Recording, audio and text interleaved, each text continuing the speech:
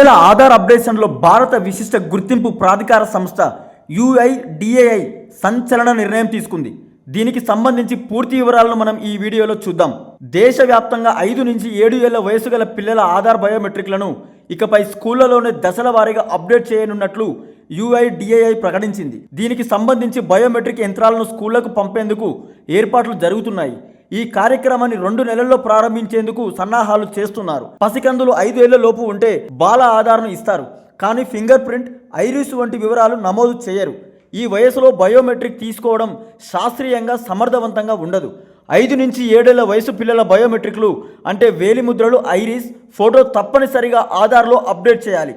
7 ఏళ్లు దాటిన తర్వాత ఇంకా పిల్లల బయోమెట్రిక్ వివరాలు అప్డేట్ చేయకుంటే ₹100 ఫీజు వసూలు చేసి అప్డేట్ చేస్తారు.